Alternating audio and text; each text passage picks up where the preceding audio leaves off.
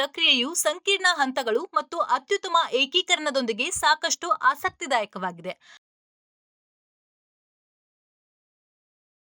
ಹಸಿವಿನ ಹಾರ್ಮೋನ್ ಗ್ರೇಲಿನ್ ಮೆದುಳಿಗೆ ಆಹಾರವನ್ನ ಸೇವಿಸುವಂತೆ ಸಂಕೇತಿಸುತ್ತದೆ ಮತ್ತು ಅತ್ಯಧಿಕ ಹಾರ್ಮೋನ್ ಲೆಫ್ಟಿನ್ ಆಹಾರವನ್ನ ಸೇವಿಸುವುದನ್ನ ನಿಲ್ಲಿಸುವಂತೆ ಸಂಕೇತಿಸುತ್ತದೆ.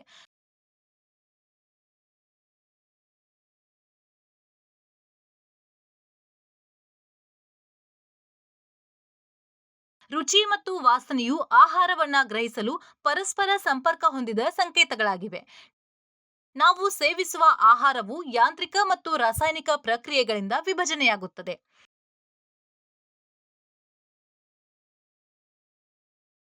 ನಾನು ಪುಷ್ಪಾ ಮುರುಗೇಶ್ ಕುಳೇದ್. 10ನೇ ತರಗತಿಯ ಜೀವಶಾಸ್ತ್ರದ ಜೀವನ ಪ್ರಕ್ರಿಯೆಗಳಲ್ಲಿನ ಸಮನ್ವಯ ಪಾಠದಿಂದ ಪೆರಿಸ್ಟಲ್ಸಿಸ್ ಎಂಬ ಪ್ರಮುಖ ಮತ್ತು ಆಸಕ್ತಿದಾಯಕ ವಿಷಯವನ್ನ ವಿವರಿಸಲು ಇಲ್ಲಿ ಬಂದಿದ್ದೇನೆ.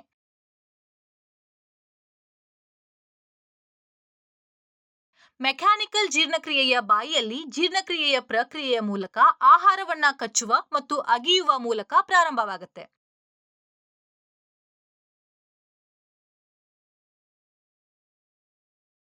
ಸ್ವಾಯತ್ತ ನರಮಂಡಲವು 3 ಜೋಡಿ ಲಾಲಾರಸ ಗ್ರಂಥಿಗಳಿಗೆ ಲಾಲಾರಸವನ್ನ ಸ್ರವಿಸಲು ಅನುವು ಮಾಡಿಕೊಡುತ್ತೆ.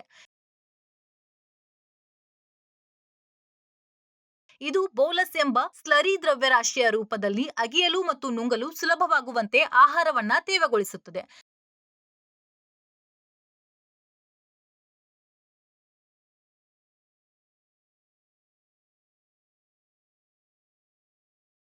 ನಾಲಿಗೆಯ ಸಹಾಯದಿಂದ ನುಂಗುವ ಮೂಲಕ ಬೋಲಸ್ ಅನ್ನ ಅನ್ನನಾಳಕ್ಕೆ ಸಾಗಿಸಲಾಗುತ್ತೆ.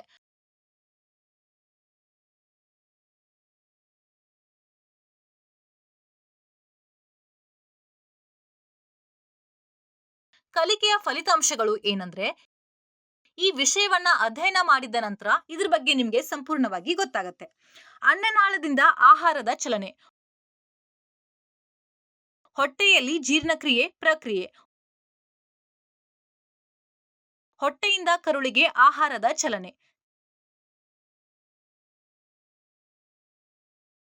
ತ್ಯಾಜ್ಯಗಳ ಹೊರಹಾಕುವಿಕೆ. ಕೀವರ್ಡ್ಗಳು: ಆಹಾರ ಬೋಲಸ್,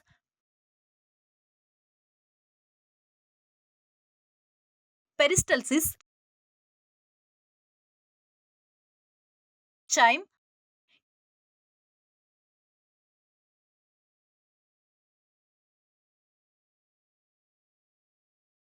ಪೈಲೋರಿಕ್ ಸ್ಪಿಂಕ್ಟರ್,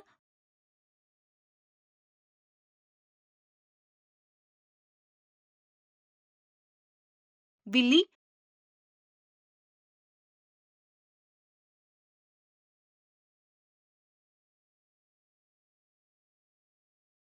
ಮೆಡುಲಾ ಅಬ್ಲೊಂಗಟ, ಮೆದುಳಿನ ಕಾಂಡ,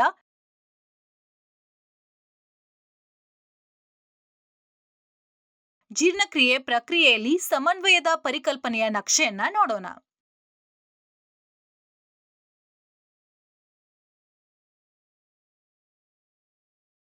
ಜೀರ್ಣಕ್ರಿಯೆಯ ಪ್ರಕ್ರಿಯೆ ಹಸಿವಿನಿಂದ ಹಿಡಿದು ಆಹಾರದ ಬಳಕೆಯವರೆಗೆ ಪರಸ್ಪರ ಸಂಬಂಧ ಹೊಂದಿದೆ ಮತ್ತು ಆಹಾರವು ವಿವಿಧ ಹಂತಗಳಲ್ಲಿ ವಿಭಜನೆಯಾಗುತ್ತೆ. ಈ ಫ್ಲೋ ಚಾರ್ಟ್ ಅನ್ನ ಮೆದುಳಿನಿಂದ ರುಚಿಯನ್ನ ಗುರುತಿಸುವ ಮಾರ್ಗವನ್ನ ನಾವು ಗಮನಿಸೋಣ.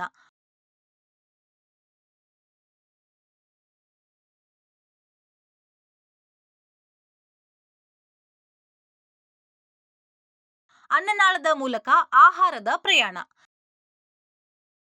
ಅನ್ನನಾಳವು ಬಾಯಿಯ ನುಂಗುವ ಕ್ರಿಯೆಯಿಂದ ತಳ್ಳಲ್ಪಟ್ಟ ಆಹಾರವನ್ನ ಪಡೆಯುತ್ತೆ. ಅನ್ನನಾಳದಲ್ಲಿ ಪೆರಿಸ್ಟಾಲಿಕ್ ಚಲನೆಯ ಅನ್ನನಾಳದ ಗೋಡೆಯ ತರಹದ ಚಲನೆಯಾಗಿದೆ.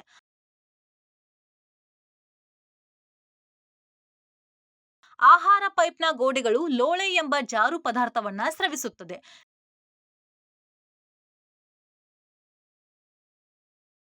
ಲೋಳೆಯು ಅನ್ನನಾಳದ ಗೋಡೆಗಳನ್ನ ಹಾನಿಯಿಂದ ನಯಗೊಳಿಸುತ್ತೆ ಮತ್ತು ರಕ್ಷಿಸುತ್ತೆ. ಎಣ್ಣೆ ಸವರಿದ ಆಲೂಗಡ್ಡೆಗಳು ಕೊಳವೆಯಲ್ಲಿ ಚಲಿಸುವಂತೆ ಬೋಲಸ್ ಸುಲಭವಾಗಿ ಕೆಳಗೆ ಜಾರಲು ಇದು ಸಹಾಯ ಮಾಡುತ್ತೆ.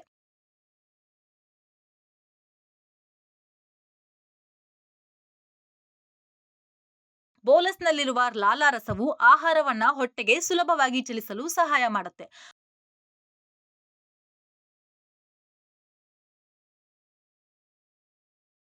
ಅನ್ನನಾಳದ ಗೋಡೆಯು 2 ರೀತಿಯ ನಯವಾದ ಸ್ನಾಯುಗಳಿಂದ ಮಾಡಲ್ಪಟ್ಟಿದೆ.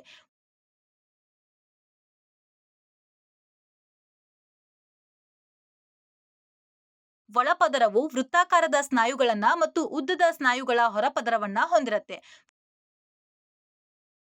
ವೃತ್ತಾಕಾರದ ಸ್ನಾಯುಗಳು ಸಂಕೋಚನವು ಬೋಲಸ್ನ ಹಿಂದೆ ಅನ್ನನಾಳವನ್ನ ಕಿರಿದಾಗಿಸುತ್ತೆ ಮತ್ತು ಅದನ್ನ ಕೆಳಕ್ಕೆ ಹಿಸುಕುತ್ತದೆ. ಬೋಲಸ್ನ ಮುಂಭಾಗದಲ್ಲಿರುವ ರೇಖಾಂಶದ ಸ್ನಾಯುಗಳು ಸಂಕೋಚನವು ಅನ್ನನಾಳದ ನಿರ್ದಿಷ್ಟ ಭಾಗವನ್ನ ಕಡಿಮೆ ಮಾಡುವ ಕೆಳಗಿನ ಟ್ಯೂಬ್ ಅನ್ನ ವಿಸ್ತರಿಸುತ್ತದೆ. ಈ ಸ್ನಾಯುಗಳು ಸಂಕೋಚನೆ ಮತ್ತು ವಿಶ್ರಾಂತಿ ಪೆರಿಸ್ಟಲ್ಸಿಸ್ ಮೂಲಕ ಹೊಟ್ಟೆಯೊಳಗೆ ಬೋಲಸ್ ಅನ್ನ ಮುಂದೂಡುವ ತರಂಗ ತರಹದ ಚಲನೆಯನ್ನ ತರುತ್ತೆ.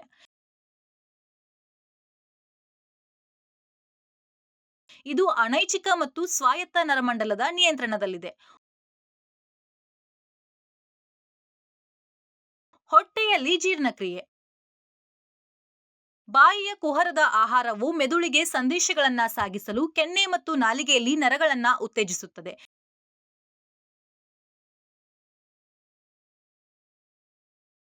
ಈ ಸಂದೇಶಗಳು ಮೆದುಳಿನಿಂದ ಹೊಟ್ಟೆಯ ಗೋಡೆಗೆ ರವಾನೆಯಾಗುತ್ತೆ. ಗ್ಯಾಸ್ಟ್ರಿಕ್ ರಸವನ್ನ ಉತ್ಪಾದಿಸಲು ಗ್ಯಾಸ್ಟ್ರಿಕ್ ಗ್ರಂಥಿಗಳನ್ನ ಉತ್ತೇಜಿಸುತ್ತದೆ.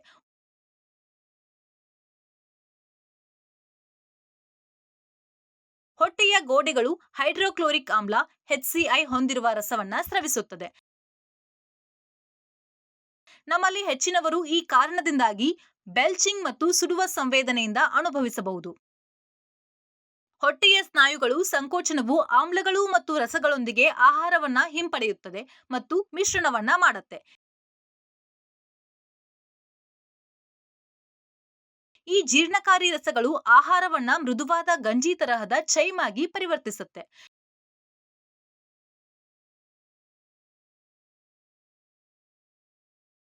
ಜೀರ್ಣಕ್ರಿಯೆಯು ಪೂರ್ಣಗೊಳ್ಳುತ್ತಿದ್ದಂತೆ ಹೊಟ್ಟೆಯ ಸಂಕೋಚನವು ಕಡಿಮೆಯಾಗುತ್ತೆ. ಇದು ಹೊಟ್ಟೆಯ ಆರಂಭಿಕ ಮತ್ತು ಸಣ್ಣ ಕರಳು ಅಥವಾ ಡ್ಯುವೋಡೆನಮ್ನ ಮೊದಲ ಭಾಗದಲ್ಲಿ ಪೈಲೋರಿಕ್ ಸ್ಫಿಂಕ್ಟರ್ನ ಸ್ನಾಯುಗಳನ್ನ ಸಡಿಲಗೊಳಿಸುತ್ತೆ.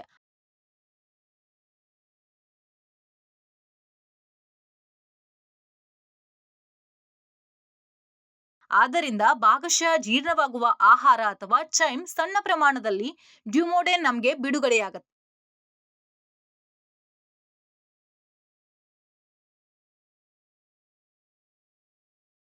ಪೆರಿಸ್ಟಲ್ಸಿಸ್ ಆಹಾರದ ಹಿಂದೆ ಸ್ನಾಯುವಿನ ಸಂಕೋಚವನ್ನ ಒಳಗೊಂಡಿರುತ್ತೆ ಮತ್ತು ಆಹಾರದ ಮುಂದೆ ಸ್ನಾಯುವಿನ ವಿಶ್ರಾಂತಿ ಜೀರ್ಣಕಾರಿ ಕಾಲುವೆಯ ಮೂಲಕ ಅದನ್ನ ತಳ್ಳುತ್ತೆ.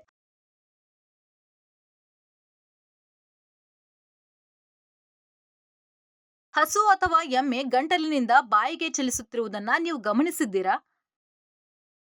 ಅದರ ನಂತರ ಹಸು ಅಥವಾ ಎಮ್ಮೆ ಅಗಿಯಲು ಪ್ರಾರಂಭಿಸುತ್ತದೆಯೇ?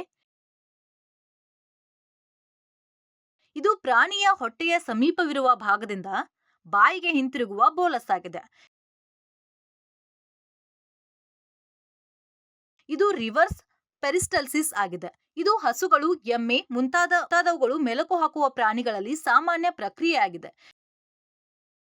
ಇವುಗಳು ತ್ವರಿತವಾಗಿ ನುಂಗಿದ ಆಹಾರವನ್ನ ಸಂಗ್ರಹಿಸಲು ಹೊಟ್ಟೆಯಲ್ಲಿ ಹೆಚ್ಚುವರಿ ಚೀಲವನ್ನ ಹೊಂದಿರುತ್ತೆ.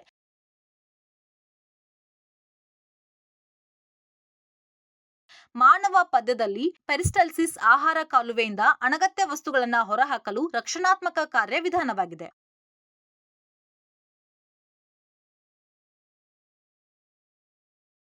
ಆಹಾರದ ಜೀರ್ಣಕ್ರಿಯೆಯು ಬಾಯಿಯಿಂದ ಪ್ರಾರಂಭವಾಗುತ್ತದೆ ಮತ್ತು ಕರುಳಿನ ಮೂಲಕ ಹಾದು ಹೋಗುತ್ತದೆ ಎಂದು ನಾವು ಗಮನಿಸಿದ್ದೇವೆ. ಆಹಾರವು ಕೆಲವು ಸ್ಥಳಗಳಲ್ಲಿ ಜೀರ್ಣಕ್ರಿಯೆಗಾಗಿ ಸ್ವಲ್ಪ ಸಮಯದವರೆಗೆ ನೆಲೆಗೊಳ್ಳುತ್ತೆ. ಆದ್ರಿಂದ ಆಹಾರವು ಜೀರ್ಣಾಂಗ ವ್ಯವಸ್ಥೆಯ ಮೂಲಕ ಏಕರೂಪವಾಗಿ ಚಲಿಸುವುದಿಲ್ಲ. ನಮ್ಮ ಹೊಟ್ಟೆಯು ಸ್ಥಿತಿಸ್ಥಾಪಕ ಸ್ವಭಾವದ ಚೀಲದಂತಿದೆ ಮತ್ತು ಆಹಾರದ ಸೇವನೆಯ ಆಧಾರದ ಮೇಲೆ ಅದರ ಗಾತ್ರವು ಹೆಚ್ಚಾಗುತ್ತೆ. ಆಹಾರದ ಪ್ರಮಾಣವನ್ನ ಅವಲಂಬಿಸಿ ಜೀರ್ಣಕಾರಿ ರಸವನ್ನ ಉತ್ಪಾದಿಸಲಾಗುತ್ತೆ. ಹೊಟ್ಟೆಯು ಆಹಾರದ ಪ್ರಮಾಣವನ್ನ ಲೆಕ್ಕಿಸದೆ ಅದೇ ಪ್ರಮಾಣದ ಜೀರ್ಣಕಾರಿ ರಸವನ್ನ ಉತ್ಪಾದಿಸಿದರೆ ಹೊಟ್ಟೆಯ ಗೋಡೆಗಳು ನಾಶವಾಗುತ್ತೆ.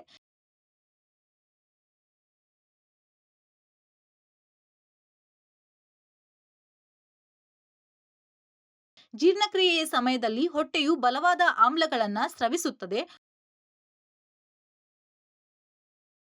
ಹೊಟ್ಟೆಯ ಗೋಡೆಗಳಿಂದ ಸ್ರವಿಸುವ HCI ಗಟ್ಟಿಯಾದ ಮೂಳೆಗಳನ್ನು ಜೀರ್ಣಿಸಿಕೊಳ್ಳಲು ಸಾಕಷ್ಟು ಪ್ರಬಲವಾಗಿದೆ.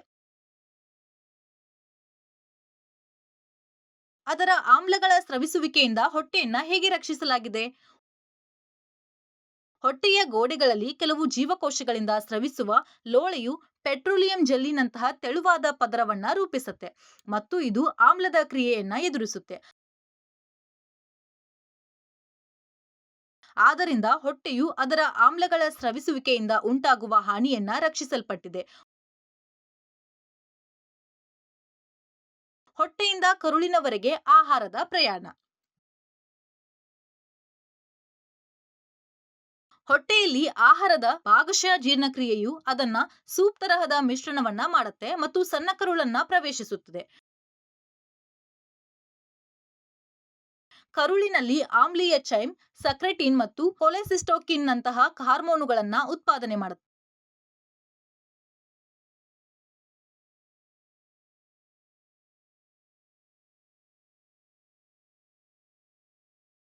ಇವು ಮೆದೋಜೀರಕ ಗ್ರಂಥಿ, ಪಿತ್ತಜನಕಾಂಗ ಮತ್ತು ಸಣ್ಣ ಕರುಳಿನ ಗೋಡೆಗಳನ್ನ ಮೆದೋಜೀರಕ ಗ್ರಂಥಿಯ ರಸ, ಪಿತ್ತರಸ ಮತ್ತು ಸಕ್ಕಸ್ ಎಂಟರಿಕಸ್ ಅನ್ನು ಸೇವಿಸಲು ಉತ್ತೇಜಿಸುತ್ತೆ.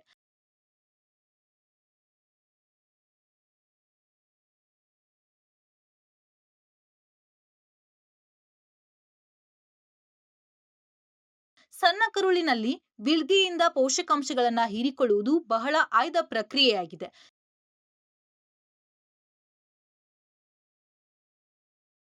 ಸಣ್ಣ ಕರುಳಿನ ಒಳಗಿನ ಮೇಲ್ಮೆ ವಿಲ್ಲಿ ಎಂದು ಕರೆಯಲ್ಪಡುವ ಸಾವಿರಾರು ಬೆರಳಿನಂತಹ ಪ್ರಕ್ಷೇಪಣಗಳನ್ನ ಹೊಂದಿರುತ್ತೆ.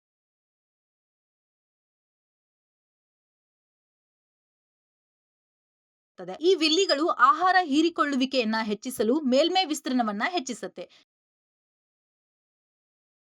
ಜೀರ್ಣಾಂಗವು ಆಂತರಿಕ ಅಂಗಗಳಲ್ಲಿ ವಿಶಿಷ್ಟವಾಗಿದೆ, ಏಕೆಂದರೆ ಸೇವಿಸಿದ ಆಹಾರದ ರೂಪದಲ್ಲಿ ವಿವಿಧ ಬಾಹ್ಯ ಭೌತ್ಯ ರಾಸಾಯನಿಕ ಪ್ರಚೋದಕಗಳಿಗೆ ಒಡ್ಡಿಕೊಳ್ಳುತ್ತದೆ.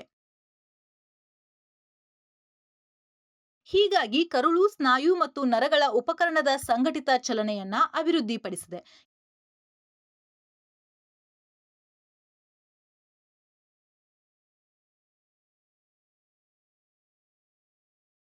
ಇದು ಜೀರ್ಣಕ್ರಿಯೆ, ಹೀರಿಕೊಳ್ಳುವಿಕೆ ಮತ್ತು ವಿಸರ್ಜನೆಯ ಸಮಯದಲ್ಲಿ ಆಹಾರದ ಸರಿಯಾದ ಮಿಶ್ರಣ ಮತ್ತು ಪ್ರಚೋದನೆಯನ್ನ ಖಾತ್ರಿಗೊಳಿಸುತ್ತೆ. ಜೀರ್ಣಾಂಗ ವ್ಯೂಹದ ನರಗಳ ಉಪಕರಣವು ನರಕೋಶಗಳ ಸಂಕೀರ್ಣ ಜಾಲವಾಗಿದೆ.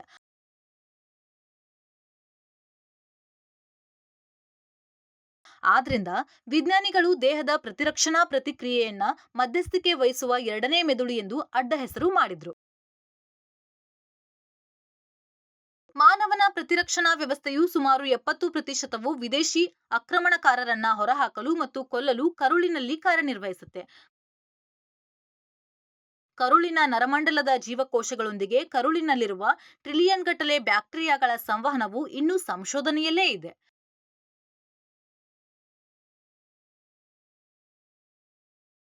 ಆದ್ರಿಂದ ಕರುಳಿನ ನರಗಳ ಅಂಗಾಂಶವು ಹಸುವಿನ ನೋವಿನ ಜೀರ್ಣಕ್ರಿಯೆ ಅಥವಾ ನರಸಂಕೇತಕ್ಕಿಂತ ಹೆಚ್ಚು ಕಾರ್ಯನಿರ್ವಹಿಸುತ್ತೆ. ಆಂತರಿಕ ದೇಹದ ಸಣ್ಣ ಮೆದುಳು ದೊಡ್ಡ ಮೆದುಳಿನೊಂದಿಗೆ ಸಂಪರ್ಕ ಹೊಂದಿದೆ, ಭಾಗಶಃ ನಮ್ಮ ಮಾನಸಿಕ ಸ್ಥಿತಿಯನ್ನ ನಿರ್ಧರಿಸುತ್ತದೆ ಮತ್ತು ಕೆಲವು ಕಾಯಿಲೆಗಳಲ್ಲಿ ಪ್ರಮುಖ ಪಾತ್ರ ವಹಿಸುತ್ತದೆ.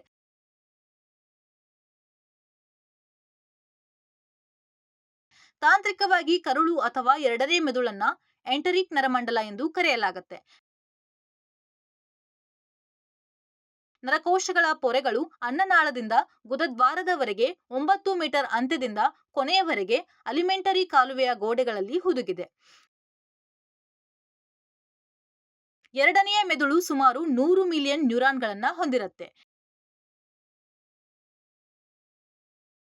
ಎಂಟರಿಕ್ ನರಮಂಡಲವು ಆಹಾರದ ವಿಭಜನೆಯನ್ನ ಉತ್ತೇಜಿಸುತ್ತದೆ ಮತ್ತು ಸಂಯೋಜಿಸುತ್ತದೆ, ಪೋಷಕಾಂಶಗಳನ್ನ ಹೀರಿಕೊಳ್ಳುತ್ತೆ ಮತ್ತು ತ್ಯಾಜ್ಯವನ್ನ ಹೊರಹಾಕತ್ತೆ. ಹೀಗಾಗಿ ಅದರ ಪರಿವರ್ತನಾ ಮತ್ತು ಇಂದ್ರಿಯಗಳೊಂದಿಗೆ ಸಜ್ಜುಗೊಂಡಿದೆ. ಎರಡನೇ ಮೆದುಳು ಮೆದುಳಿನಿಂದ ಸ್ವತಂತ್ರವಾಗಿ ಹಲವಾರು ಕರುಳಿನ ಕಾರ್ಯಗಳನ್ನ ನಿಯಂತ್ರಿಸುತ್ತೆ. ಅನಗತ್ಯ ತ್ಯಾಜ್ಯ ವಸ್ತು ಮಲ ಅಥವಾ ಮಲವು ಪೆರಿಸ್ಟಾಲ್ಸಿಕ್ ಅಲೆಗಳ ಮೂಲಕ ದೊಡ್ಡ ಕರುಳು ಮತ್ತು ಗುದನಾಳವನ್ನ ತಲುಪತ್ತೆ.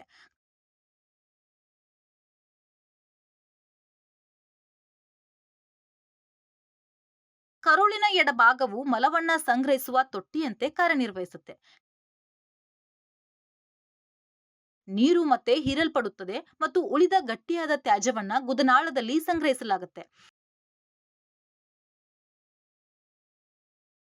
ಈ ವಾಸನೆಯ ಹಳದಿ ಮಿಶ್ರಿತ ಮಲ ದ್ರವ್ಯರಾಶಿಯನ್ನ ಮಲ ಅಂತ ಕರೀತೇವೆ ಮತ್ತು ಗುದದ್ವಾರದ ಮೂಲಕ ದೇಹದಿಂದ ಹೊರಹಾಕಲ್ಪಡುತ್ತೆ.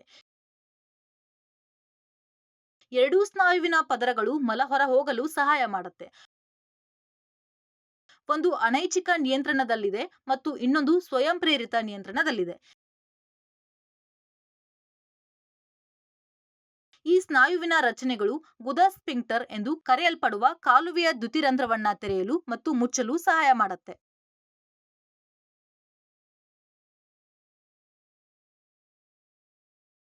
ಉಸಿರಾಟದ ಸಮಯದಲ್ಲಿ ಆಹಾರದ ಆಕ್ಸಿಡೀಕರಣದಿಂದ ನಾವು ಶಕ್ತಿಯನ್ನ ಪಡೆಯುತ್ತೇವೆ. ಇದು ಸ್ವಾಯತ್ತ ನರಮಂಡಲದ ಮೆಡುಲ್ಲಾ ಅಬ್ಲೊಂಗಟಾದಿಂದ ನಿಯಂತ್ರಿಸಲ್ಪಡುವ ಅನೈಚ್ಛಿಕ ಪ್ರಕ್ರಿಯೆಯಾಗಿದೆ. ಎಎನ್ಎಸ್ ಆಹಾರದ ಕಾಲುವೆಯಲ್ಲಿ ಜೀರ್ಣಕ್ರಿಯೆ ಸಂಭವಿಸುತ್ತದೆ ಮತ್ತು ಉಸಿರಾಟ ಮತ್ತು ರಕ್ತ ಪರಿಚಲನೆಯ ಸಮನ್ವಯವು ಆಕ್ಸಿಡೀಕರಣ ಮತ್ತು ಆಹಾರ ಮತ್ತು ಶಕ್ತಿಯ ಬಿಡುಗಡೆ ಪ್ರಕ್ರಿಯೆಯು ಸಾಗಣೆಗೆ ಅವಶ್ಯವಾಗಿದೆ. ನೀವು ನೆನಪಿಡಬೇಕಾದ ಅಂಶಗಳು ಏನಂದ್ರೆ